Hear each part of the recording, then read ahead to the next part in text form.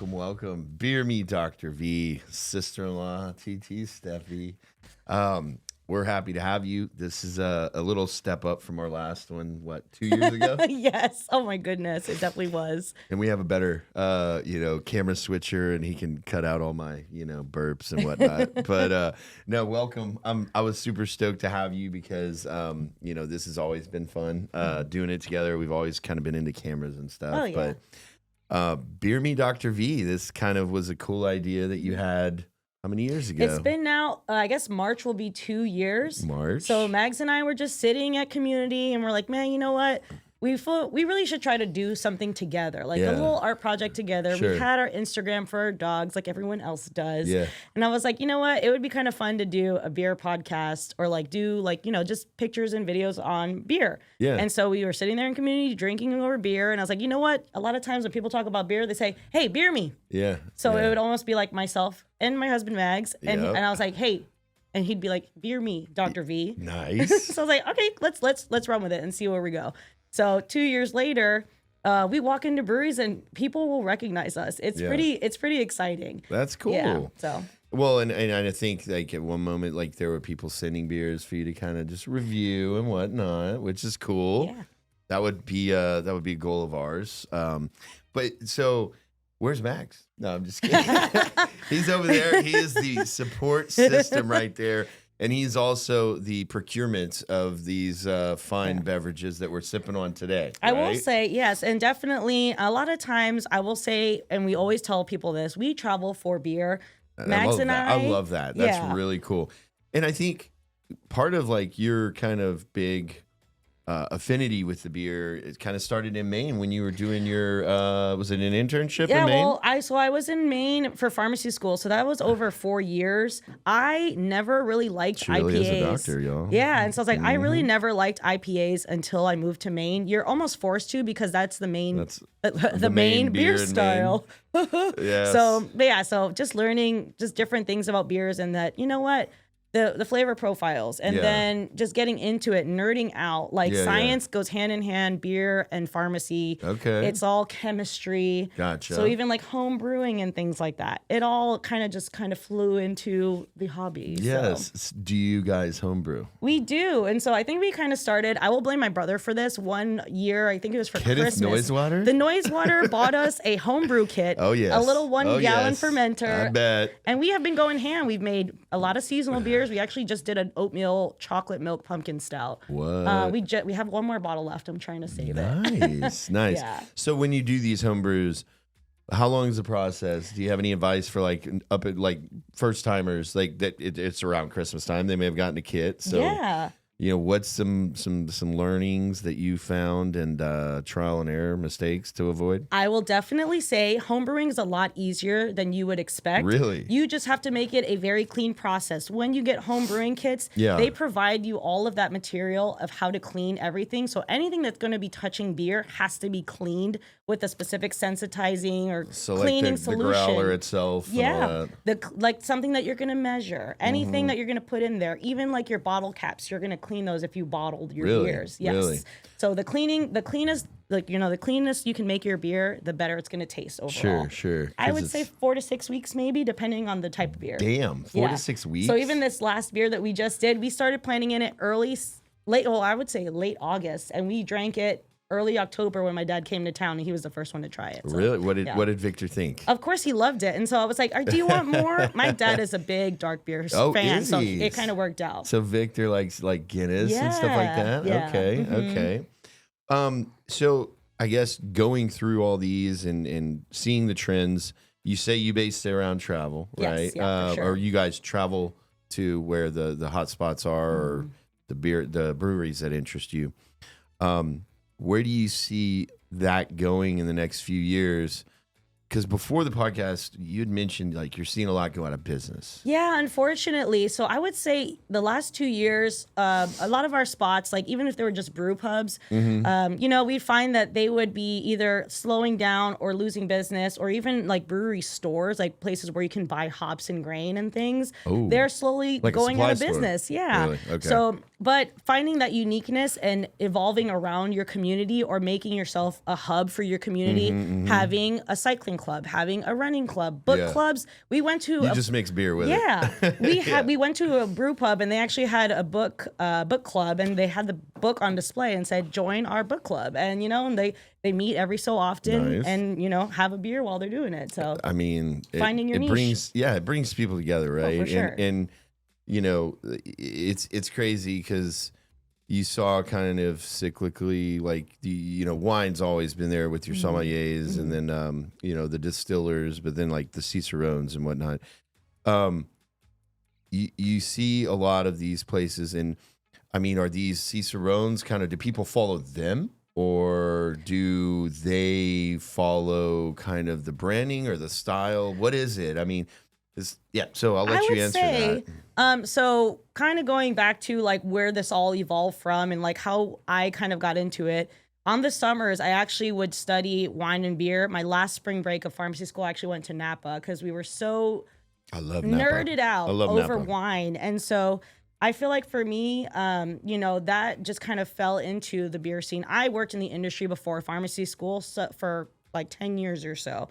So just seeing, a Cicerone, you feel confident in that person that they know what they're talking about. Sure. So it just makes the brewery a lot, again, they can kind of evolve around what's going on. So the seltzer scene kind of coming up. Yeah. Seasonal beers. When COVID happened, breweries got crazy. Adding all these different things. We had there's a chicken wing beer and hot Cheeto beers at Martin House and Fort Worth. Yeah. So I feel like the more knowledge you have, you can balance flavors and make something taste amazing. Okay. So to that flavor profile, I have the culinary background. Do you see beer pairing like in synchrony with like wine does with food? I would definitely say so. More recently, Mags and I went to Chicago in October for the marathon weekend. In October, and it was actually a great. Too cold. Yeah, exactly. So everyone was like, you know what, Windy City, it's gonna be cold. It was not actually that bad. We got really lucky. Yeah, we went to this place called Industry Ales, and I first of all don't really go out of my way to have mussels. They had this. Mussels are badass. With one of their farmhouse or saison ales, which is kind of like more of a sour beer, lemon, citrusy, and they put that in the mussels. So I had that beer with the mussels. Fantastic. Ate the whole plate. See that? I can dig on that. So back to kind of like these, breweries or shops or so are you going to be successful, or it's hard to kind of quantify it, but you're going to be successful if are you bringing in food trucks or you have your own kitchen? Because if you bring in food trucks, it's hard to kind of pair that food with your beer. Yeah. You have more control in the culinary kind of quantification with your own beer, and then obviously the rotating the menus.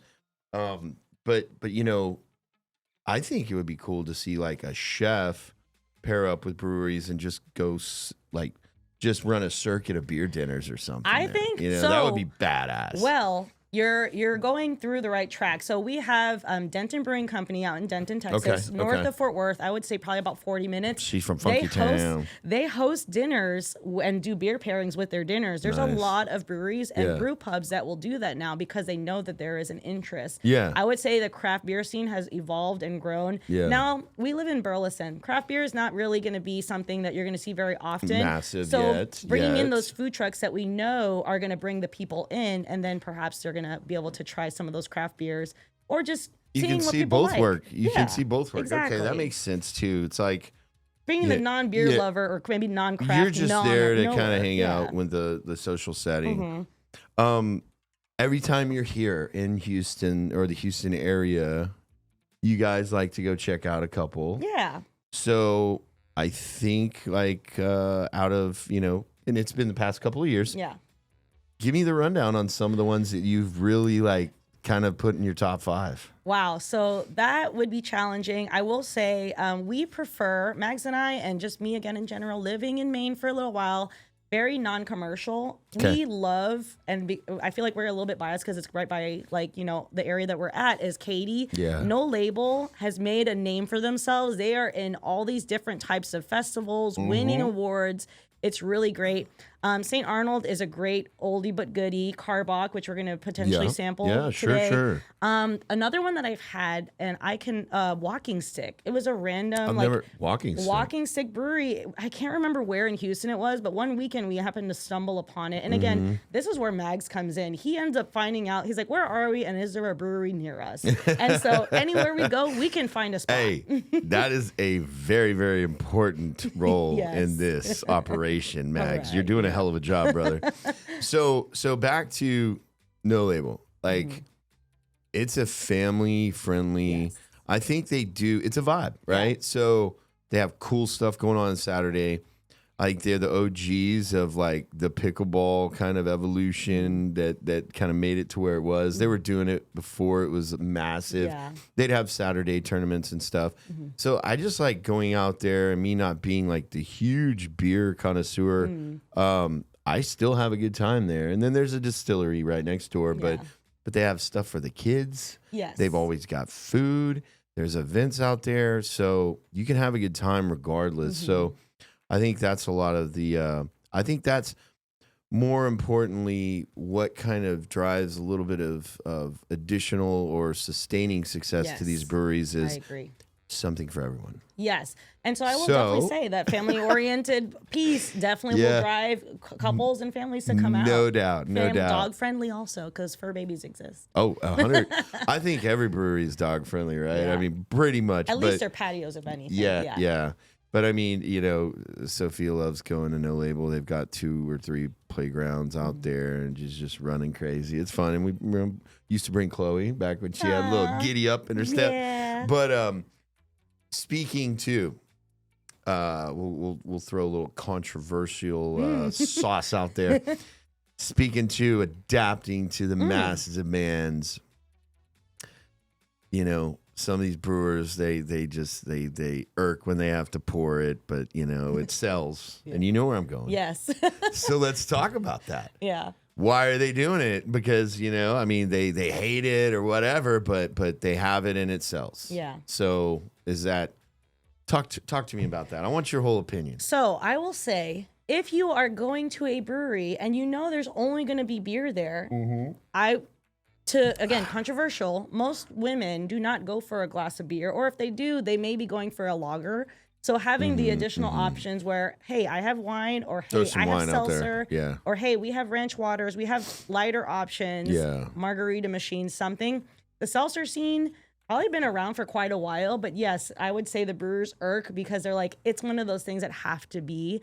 So they don't prefer to make them, but you know they're gonna make them because they know that they're popular. The shit out they of them. really are. So I remember the first time we went to Bankhead Brewing Company, which is in Fort Worth. Bankhead. It's on that trail, I guess. There's a trail called Bankhead. Okay. But yeah, that's one of those places. They have amazing food, great beer. There you go. And they hate to make the seltzer, but they'll do it because it'll bring in the people that are non-beer It's their number believers. one stunner, Mags. What? That's, I mean, so it's kind of the necessary evil, if you will.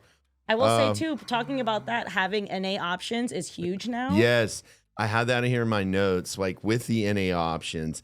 So increasing customer interest, or just low ABV options, because I mean, what's the ABV on that bad boy? So this one that I'm drinking right now is probably about a 6.6. Most craft beers can be between 4.4 to like beyond. Triples and quads are like can be as strong as wine sometimes, 14%. Good Lord. Yes. So that's kind of the direction. Yeah. You'd mentioned that stuff, that it's kind of getting more popular too. Yeah. So is it going more to like that low, like just crisp, refreshing lager that everybody kind of started microbreweries to get away from, and it's kind of going full circle and it's back there? Isn't that hilarious? I will say, I think it's funny as shit. Places like, I'm trying to think of what it's called, Athletic Brewing Company, or even Shiner. Okay. Shiner has a line of rodeo, and the O is a 0. Yeah. Most NA beers have still quite caloric a small intake's amount. important for people now. Oh yeah. I mean, or even hop waters. Like we go around that route where it's... Dude, hop water is nails. I like it a lot too. That right there, it's got the adaptogens in it. So it's kind of just gives you a vibe, almost like a little CBD or something. But I was talking to your father when he came here 2 weeks ago, or about a week ago, and he was just talking about how the generation of you know, the consumption, Yeah. the majority of the consumption, the target market is drinking less alcohol. Oh yeah. So they're going more to like, like they're drinking less wine, they're drinking less like spirits, they're drinking stuff like this or the hop waters or CBD cocktails, all that. So it's just kind of like adapt or die. But, honestly, there's actually a place in Richardson that is a full zero liquor and like spirits bar now, which is just north of Dallas. So there are places popping there's up a lot of pissed in Florida. off people in there. Oh yeah, if you had to search it, and again, it's a great time to be gluten-free, zero alcohol. Like there's some low-cal, so many options for people that don't want to just imbibe on alcohol all the time. No, and I get it, but it's just it's funny because a lot of spirits and stuff that was out there that just they didn't market it well. Like, there's the Ultra, right? They come out and they're like, oh, super low calorie, blah, blah, blah. Like, lo and behold, like, the recipe never changed and it's over 100 years old, but Miller was less in calories and carbs. So it's just like you got to kind of, where are you going to go with it? Do you want to hit that? Is it a trend? But I would say that this industry is one of the fastest and just changing of everything, right? Because microbreweries, I mean, you're talking about them going out of business. There's no really secret sauce of sustainability, right? Yeah. It's just whatever the hell your geography around you is. Yeah. Because what works here in Houston may not work well in Massachusetts, may not work well in California. So you really have to, again, adapt or die. So if that's what's working, continue it. Or again, having your team going out to brew festivals and finding out what is going on in conferences. And what's popular. So with what's popular, we were talking about, the rise of the NABs and all that stuff, but like experimental flavors. Oh, yeah. So if you guys do a lot of travel, y'all have a widened palette, if you will. What are you seeing in some of these recent tours or these pit stops? Because like you just said, Massachusetts is different than Texas, but you guys are all over the map. So are you going and gravitating towards like what's popular in the area, just try it out, or are you going for what you like? That's actually very important to kind of harp on, because depending on where you are, it may change what they're offering, because hop availability is pretty open to all of the US, but you're going to have New England's going to be more of that New England style IPA, more hazy, citrusy, tropical. California's going to have more West Coast IPAs. They're going to be a little bit more malty.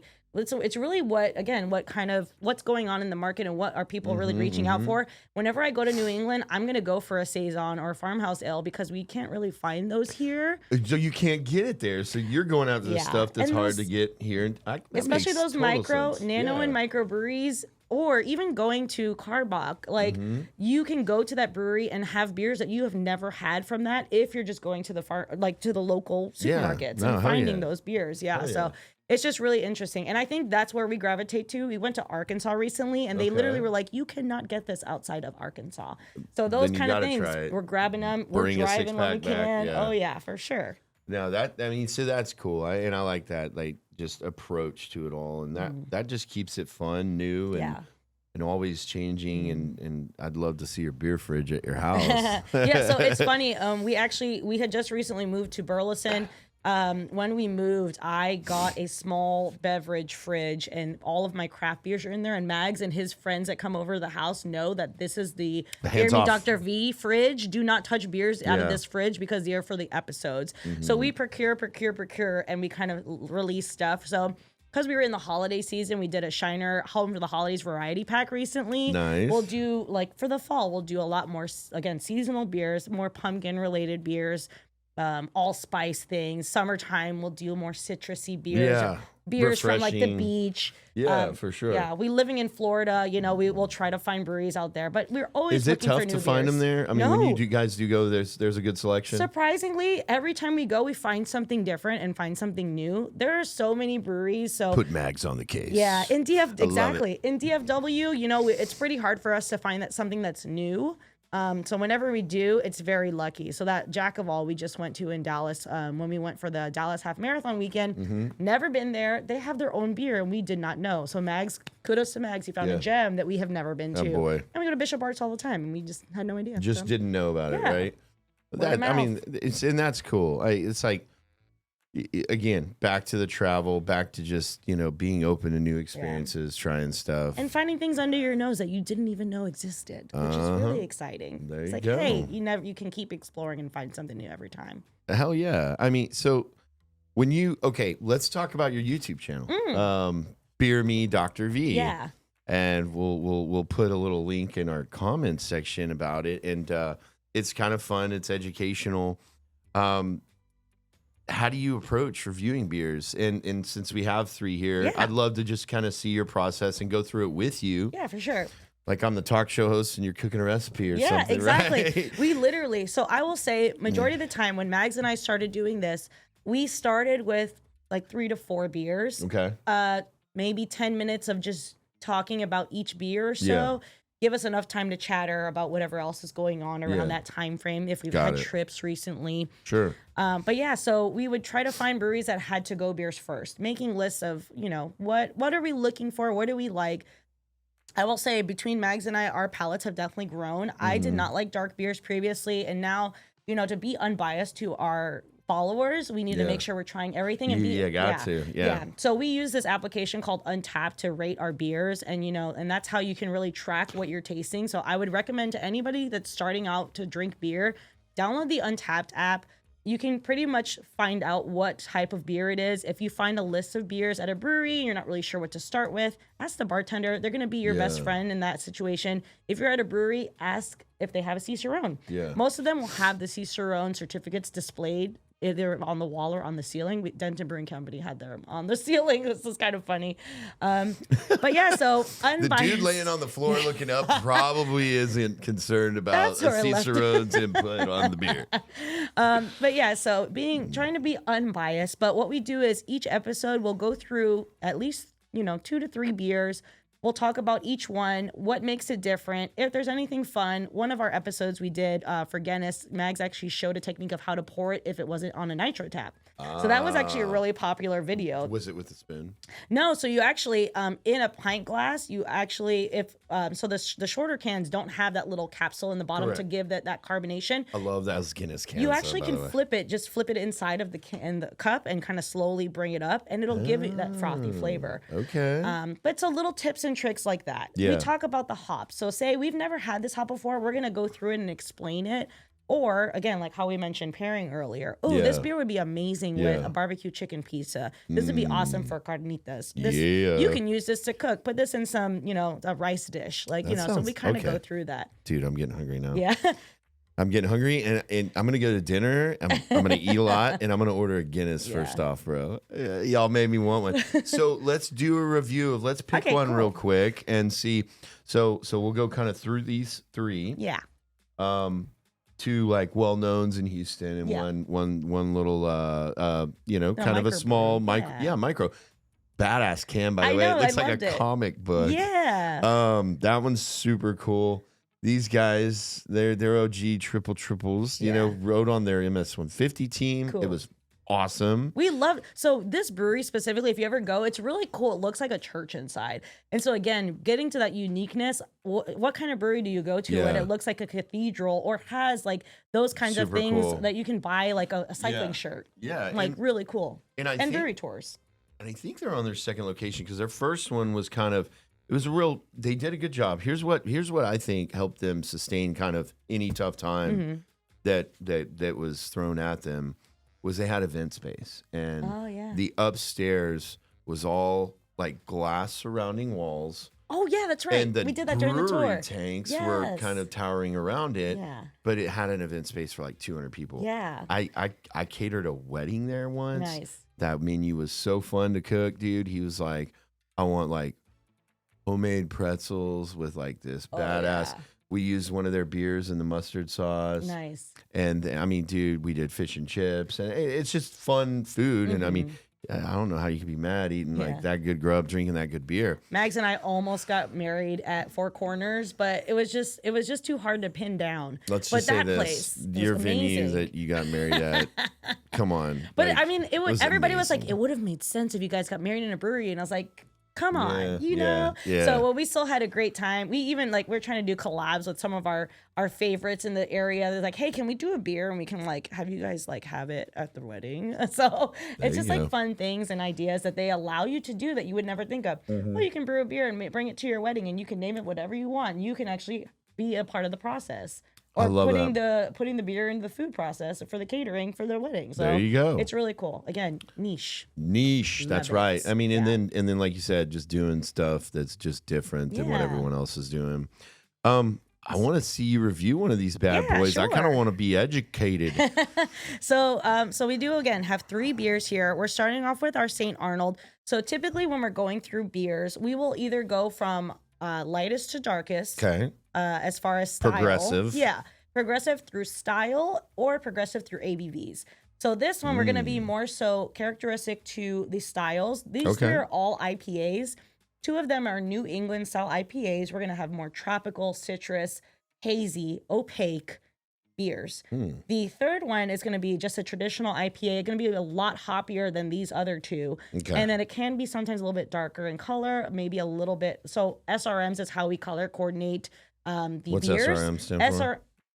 That's a great question because I don't remember. SRMs. So the heavier, the light, like you can go all the way down to 100 and more. So with that, technically SRMs, the higher the number, the darker the beer. Is so that I like- will tell you that. Okay, higher the number, the darker beer. So that So same has thing with something to do with IBU. like the opacity of the beer, Yes. the color. Yes. Okay. So say imagine like a Guinness would be probably on the 100 versus like something like a lager is probably like a 10. You stop saying Guinness because I'm ready for one now. Damn. Yeah. IBUs, kind of similar thing. The higher the number on the IBU scale or international bitter units, that's one I do remember. Ooh, international bitter units. Yeah, but I will say some of those beers, you can go beyond 100 and it will be very hoppy. Really? Yes. Okay. So St. So- Arnold. Let's do it. Harmony. St. Arnold Harmony. This is our hazy IPA from St. Arnold. It is going to be, I believe this one's a 6.6% alcohol by damn. volume. This is the lowest percentage. So I tried to do it based on the ABVs, but again, because these 2 are both New England style IPAs, 6.5. I was close. Really? So yes, we've actually, Mags and I have never had the Harmony. So we're like, ooh, let's grab this one. We bought first of all 3 of these beers, 6 packs from Kroger. Okay. Most of the farm, I keep saying pharmacies, you guys, my brain. Because you're a pharmacist. Every Dr. time Reed. when we go to the grocery store, we look for local beers. And we're going to be looking for like single cans. HEB is really good about having single craft beers where you can just kind of grab and go, 6-pack, boom, done. Yeah. Citrusy. You build your own kind of thing. Yeah. And that's so fun, right? So now that's why I was like, now that we have an HEB close to our house, we end up filling up my beer fridge a lot faster. Nice. So we're And I mean, looking at with color, these, now with these, right? Like mhm. you're building a 6-pack because when you're opening up one of these, let's say what's the typical person, they're not going to pound 6 of them, right? Right. So craft beers, I will say these are not beers. There is a term or characteristic called crushable. Those are going to be your lighter Ooh, beers. So if crushable. it's something that's crushable or easy drinking, light bodied, those are going to be your lagers. Which one of these is crushable? I feel like this will probably be the easiest and Yeah. most crushable of the 3 for Nice. sure. And that's why we start that one. Get our palates open and ready for booziness because Okay. it definitely is. Pour us up. Yeah, it's like I'm going to pour you a little bit. got I'm actually those drinking 2 the Harmony glasses. already. You're So drinking the Harmony already. Yes, because I That's actually really good. like that. Yeah, This is a little thank sippy you. sip for you. See how well prepared she is? It's like This is my casserole. reaching down. I like it. The So finished product. So you're There's gonna, that stank. I was gonna say you're gonna try beer just as you would try some wine. You want to see it, you want to smell it, you want to sip it, and you want to see the mouthfeel. see it, smell it, sip it. Yeah, I'm sure there's an Slurp acronym. it. There is an Swish acronym, it. and I haven't done it on the podcast in so long. I could not even tell you, but it's very similar to what you would do with wine. So you're gonna look at it. This is gonna be more of a golden color. You can tell it's opaque. It's a little bit cloudier. Hazy kind of, cloudy. This is so New England IPA or NEPA. This is the cloudier the better. Oh my gosh, my main With beers, New England. yes, Okay. they're gonna be hazy beer. So if you see a hazy IPA, likely it's gonna be more citrusy or tropical on the palate. Okay. IBUs sometimes kind of like mid 30s, can be as high as 40s. or 60s, depending on the beer, you know? So Yeah. So I will say this: the stank don't match the drink. and that's why so my sister Melissa, she does not like drinking beer, but she has become quite the taster. She likes to Who's actually this? go Melly. Oh, really? So she actually likes to go out of her way, and she's like, "Hey, I went to a beer festival." She will fill up her fridge if she knows that we're coming to the house. And Okay. so the last time we went in November, we annihilated her fridge. Nice. So I was like, "This was why we So were she's coming." like, when you show up, she's proud of like the what she's curated. Yes, for you guys. she's like, "This is what I got for you guys at my Key West Brew Fest that I went to." Yeah, I just love that. I mean, the Excelsior, the can.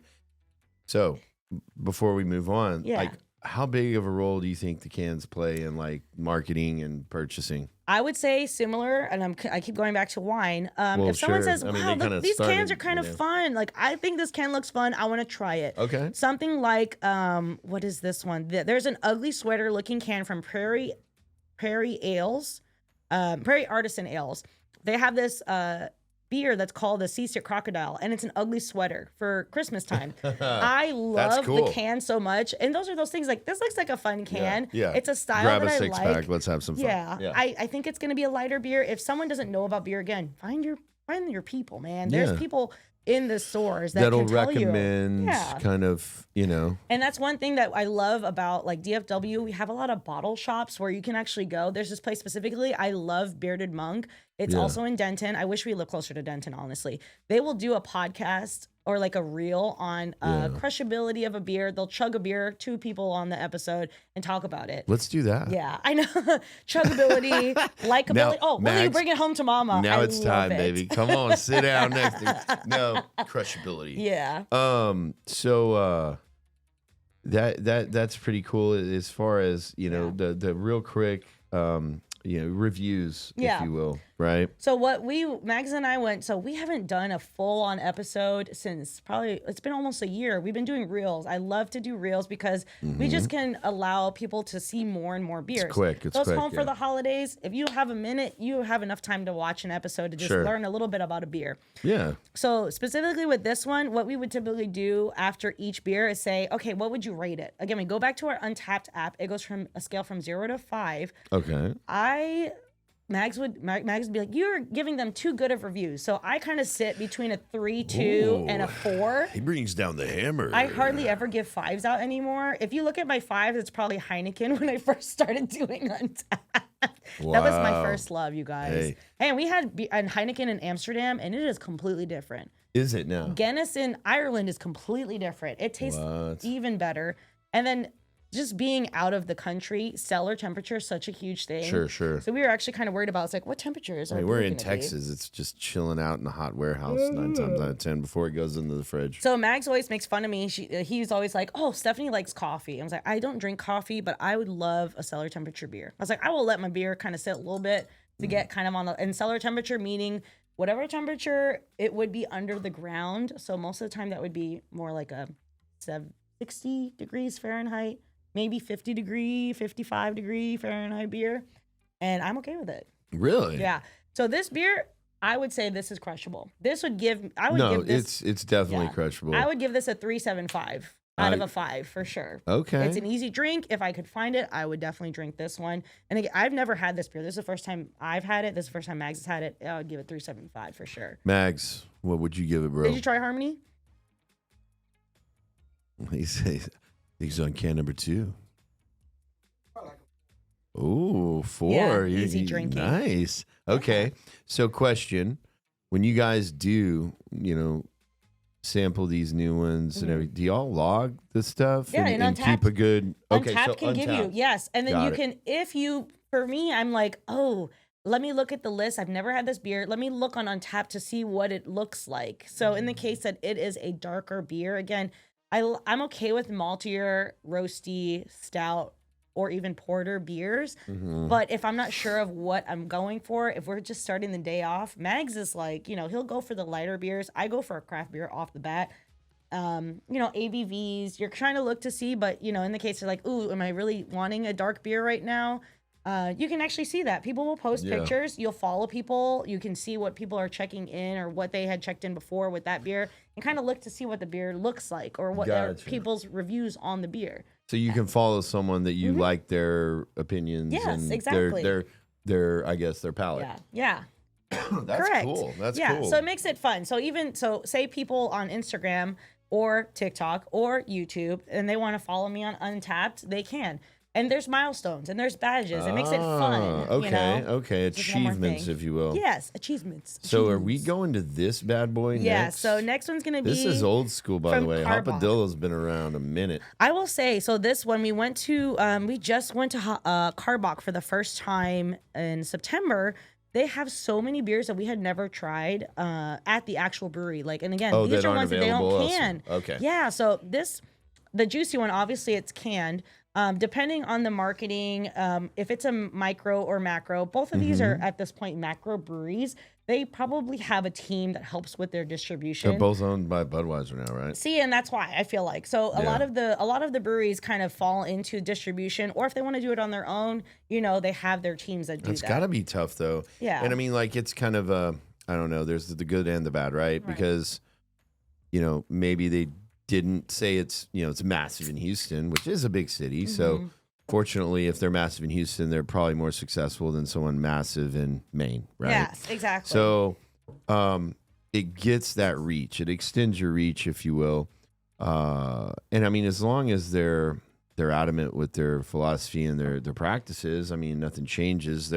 They're just getting more reach, right? Yeah, and so funny enough, I don't know why my brain went this way, but something like Yingling. Yingling is the oldest brewery in the United States in Pennsylvania. Is that in Latrobe, Pennsylvania? Or that's Rolling Rock. It's in Pennsylvania for sure. No, Yingling. It's in Young. I forget what it is. So Yountville? No, Young, something like that. My friend, my Hershey neighbor here in Houston, he was out of Pennsylvania when he moved here, and he would always be excited when he came home for the holidays because he'd fly back with a case of Yingling. Nice. And it was like, it's the nectar of the gods. Yeah.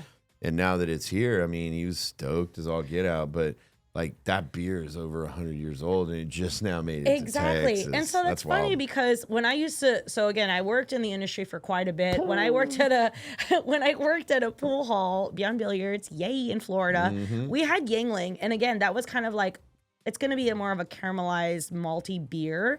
The green like bottle itself kind of keeps it from damaging the beer itself. Correct. But it's just so funny because I was like, the color of those bottles have they play a role. Purpose, yeah. A brewery that's that old, the fact that it's never been to Texas is usually last on the game for brewery scene, I would say, or just distribution. So it's just interesting. So Hopadillo, they have a lot of different varieties of Hopadillo. This is their juicy IPA. So this is their New England style Hopadillo. Why am I thirstier after I drink some? I was going to say with this one, it's very like dry, right? Yeah. So this has a little bit more IBUs or international bitterness units to it than the first beer that we had. It's going to be a little bit mouthfeel. So it's going to leave your mouth a little bit more dry on the palate. The finish is a little bit more crisp, I would say. It has a higher percentage of alcohol. This is a 7.3 versus a 6.5 is what we just did. So those couple components to the beer is going to make you kind of like, man, my mouth is kind of dry. But juicy beers, again, it's, this is more citrusy. Pineapple, tropical. Orange. That's the kind of thing you're going to have. Do people throw a little bit of, like, how you see like some of those wheat beers, people will throw an orange or a lemon in? You could. Do you see that happening with these or no? With this, I feel like if you went to Carbach, they would probably not dress a beer unless you wanted to. Now, someplace, we have a brewery called Hot Fusion by our house. Well, it used to be when we lived in Fort Worth. They dress all of their beers, essentially. You can call it, can I get it dressed? You get tahini on the rim, or say we have something called Coco Añejo from there. They'll put coconut flakes around the rim. If they have a seasonal beer, cinnamon or gingerbread, have a lot of different things they can do. Nice. I feel like, Carbach, the beer, it explains itself. You don't necessarily need an accent to the beer to bring that out. Yeah. So just even smelling it. So this one's going to be a little bit more hoppy on the nose compared to that first beer that we had. Okay, so like those unfiltered wheat beers that people are throwing in oranges necessarily don't have those components. They're complements? I would say so, yeah. So imagine, people probably don't think of Blue Moon as a craft beer, but it's actually one of the biggest craft Blue beers. Moon's badass. Yeah. I mean, it does hurt though. It's I mean, that's the unfiltered part or what? Yeah. So and Molson Coors owns Blue Moon. Mags does not like wheat beers. I love wheat beers. They're my favorite type. So that banana, bubblegum, citrus. Oh, damn. Yeah, No, unfiltered. banana beer. Yes. The original banana beer is Keystone. I've never had Keystone. What's my buddy? Don't you funny. dare say that. You went to college. No. Yeah, I didn't. I swear. We didn't have. Well, no, you know what? We had PBRs in Maine. Oh, okay. In Florida, we That's didn't. high I drank class Heinekens shit. all through Florida, like all through undergrad. Oh, listen to this. Heinekens in college. Come on. I'm dude. Dominican, okay? Hey, a case of Keystone. That was like, dude, we were balling. Well, I also lived at home for undergrad, so I feel like I just didn't have to go through that pain. Exactly. Exactly. It wasn't pain. It was fun. All right. So that one, I mean, I can see how you're rolling through. Yeah. So you're saying That bite, there's a bite. You can taste there's the a- hop in this yeah, one. big bite. Yeah. Big bite. So the IBUs is not that big of a difference between the two, but this is a 35 IBU. I don't think that the St. Arnold Harmony has it listed on there, but it's probably closer to 30. The next one, I don't know that you're going to like. It's not a New England IPA. It's 10. Pablo, are you a beer guy? Do you want to come sit in on this one? No, He's like, I'm curious though, because I mean, like, celebrity? it's coming from Galveston, so Yeah. So And if you're not familiar, Galveston's about an hour from Houston, yeah, south. the Rock, baby. Yeah. I'm just curious because I mean, if they're coming around from there, you're thinking like beach vibes. Yeah. A little bit of. So this one's still going to be Damn, citrusy. 7.2. Yeah, well, this one's a 7.3, so we're kind of in that Oh. realm. But watch while once you pour it. Rock you. Okay, I'll I finish it. was gonna say, I was like, I'll help you out if you need it. Mm. So let me Okay. get you that. So yeah, I Galveston mean, beer going. it is crazy though. I mean, to your point, once you finish that one, this one kind of quenches the thirst. This one makes you a little bit thirsty. So look at this color. Ooh, are those SBUs or Yeah, S- SRMs. SRM? Yeah. But this one does have more IBUs in it. So this is a 45 IBU or International Bitterness Unit. So again, more hops. So when you put it on the nose, hoppy. Dank. So dank is kind of like going to be more piney, resinous, cannabis almost smelling. When you say We dank, don't know what that's that the first smells thing I like. thought. Dank. We don't know what that smells like. We just know that it smells dank. It smells good. So I Doesn't wouldn't- smell like this. I would not consider this a crushable beer. Wait. This is different, man. There's something there that I'm getting, but no, I'm not scared. But this to is try it. technically still an IPA, which is an Indian Pale Ale. I like It's this not a one better nip. than the Do you really? Mid Boy. So this is a traditional IPA. So your Sierra Nevada IPA. This is going to be Sierra more that. Nevada's, yeah. That was my That's- first IPA I had ever Thank you. had. That's you just called it out, and that's what I just smelled. That's literally the color of it. And I was terrified the first Yeah. time I tried it. I was like, this is kind of scary. Sierra Nevada. That one, dude. That's old school. You just brought out Yeah, that was. I remember that's my Oldie but a goodie. my first core memory of Yeah. IPAs. a nice. Okay. Yeah, so not really aromatic on the nose, but you're gonna have a lot more hop. Mm-hmm.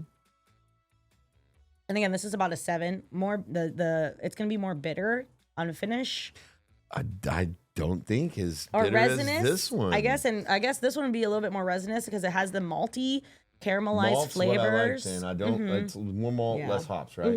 Yeah. No. But the that's- IBUs is it's funny enough, it's 45 versus this one was a 35, so it's a little bit higher IBUs or international bitterness. Yeah. So, but which the malt probably kind of sustains. But I'm telling you, this one right here is much more crushable than that. Oh one. wow! And this is a little In bit my drier. opinion. It kind of leaves My you opinion. again that dry finish. No, I mean that's a banger in comparison, Yeah. in my opinion. So going through again because we didn't rate these two. This juicy IPA, I'd probably 3.5, 3.75. So on Untapped, it goes 3, 3.25, 3.5, 3.75. I guess increments of 2.5, and then 4, and then 4.25. You know, Yeah. up going. This one, I don't mind it, but this is almost leading towards IPA. New England style IPA, West Coast. This is kind of in between those two. We gotta get a crowd vote here. West you Coast, tried it. West Pops. Coast IPA is going to be more of this color. Y'all tried this. You got to, in comparison, because this is wild because And it's like everybody's palates are No, I different. know. So you may Because you were like that saying one. you were like, dude, you're not gonna like the last didn't one think you because would. of what I've seen you kind of cringe at. Yeah. But I mean, in comparison, dude, y'all got to try these. I really think this one was surprisingly. I think the malt is what I gravitate towards versus hops. Just me. I don't know. But what's your grade? But it does Big smell Daddy? like this one again is the dank and resinous. They're very Boo this man. Boo this man. Boo this man. Okay, so I was like, I feel like I'm ashamed that I didn't know what SRM stands for. It's standing room only. Standing room only with an Yeah, M. that's yeah. Standard reference method. Oh goodness. So that's yeah. So I was like, going through a color Yeah. platform. So Standard may I reference see? method. Yeah, it looks like almost like a paint swatch. You know Yes. how they do it. Yep. So, but I mean that's. Standard. Yeah, reference let me method. ask you this: some of these some of these brewers, do they still do the caramel coloring in it and stuff? Though that would attribute to that. I will say to kind of like most breweries at throw this off point. Most breweries if you did nano that, and you would be micros. okay. It's like kind of frowned upon now. If you're Well, adding sure. color or adding flavor and it's not natural flavors to your beers, it's almost frowned upon. I will say that most of our like nano and micro breweries are using local products or like Mm-hmm. wheat and barley.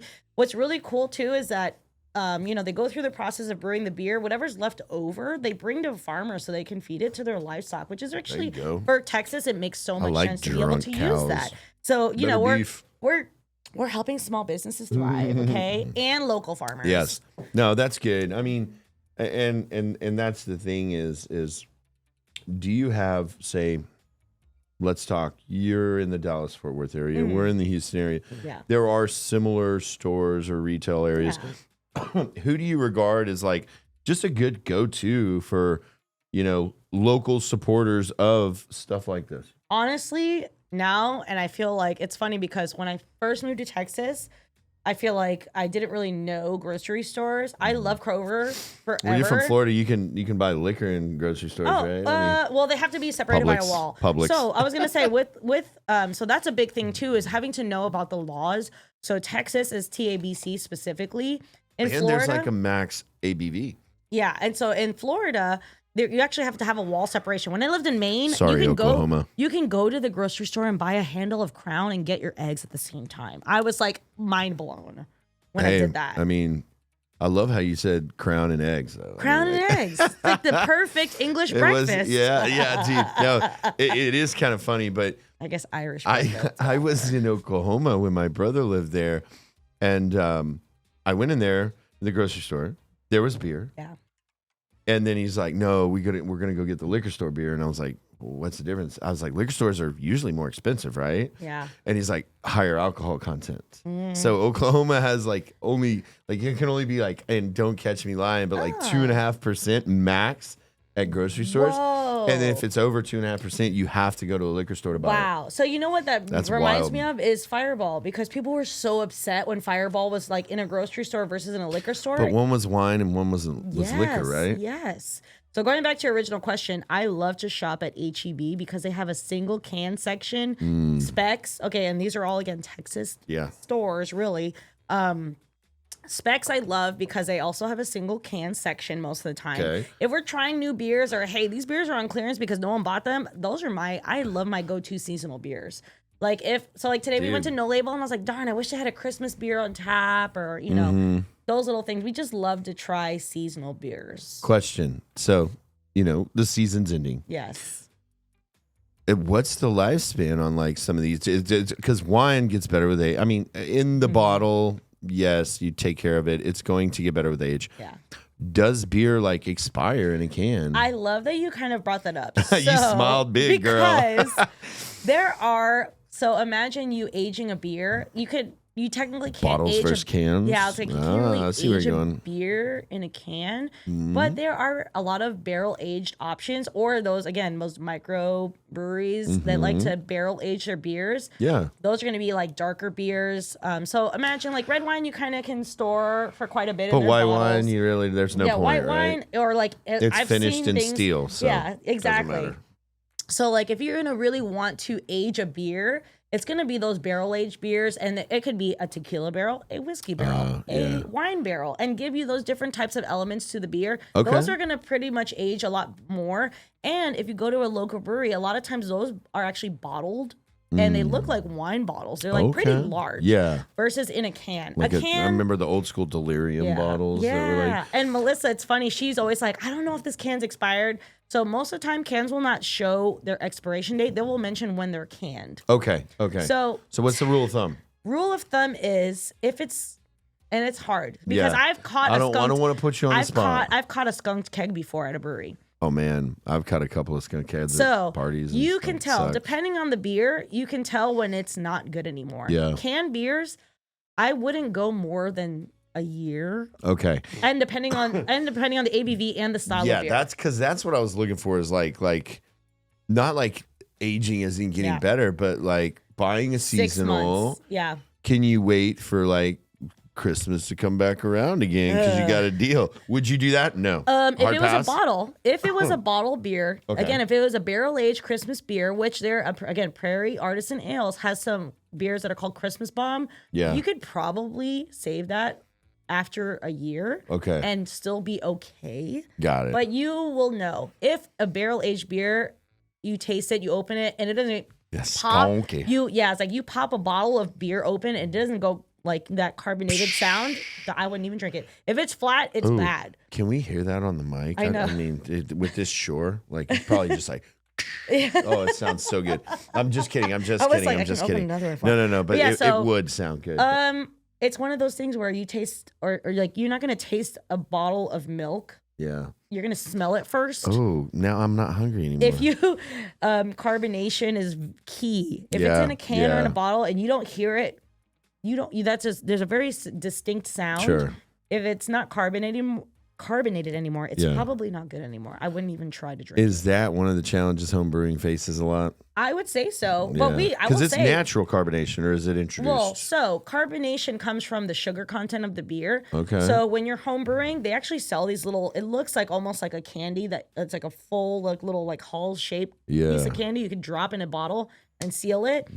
We had our stout and actually lasted about a year. Like it was still okay. It still had carbonation in it. So again, the carbonation, I would say if you're not sure, if a bottle or can is open and you don't hear or smell, or you pour it and there's no carbonation to the beer and it's flat, it's likely bad. So carbonation's your measuring point. Yes, I would say. Right. Or you didn't let it carbonate long enough if it's a homebrew beer. Got it. Yeah. Is it an old wives' tale of people like calling it green beer? Or is that like a thing? That's why it's funny because my mind went, if it's skunky, it's bad. But all the beers I started drinking initially, green bottled beers, are skunky. As hell.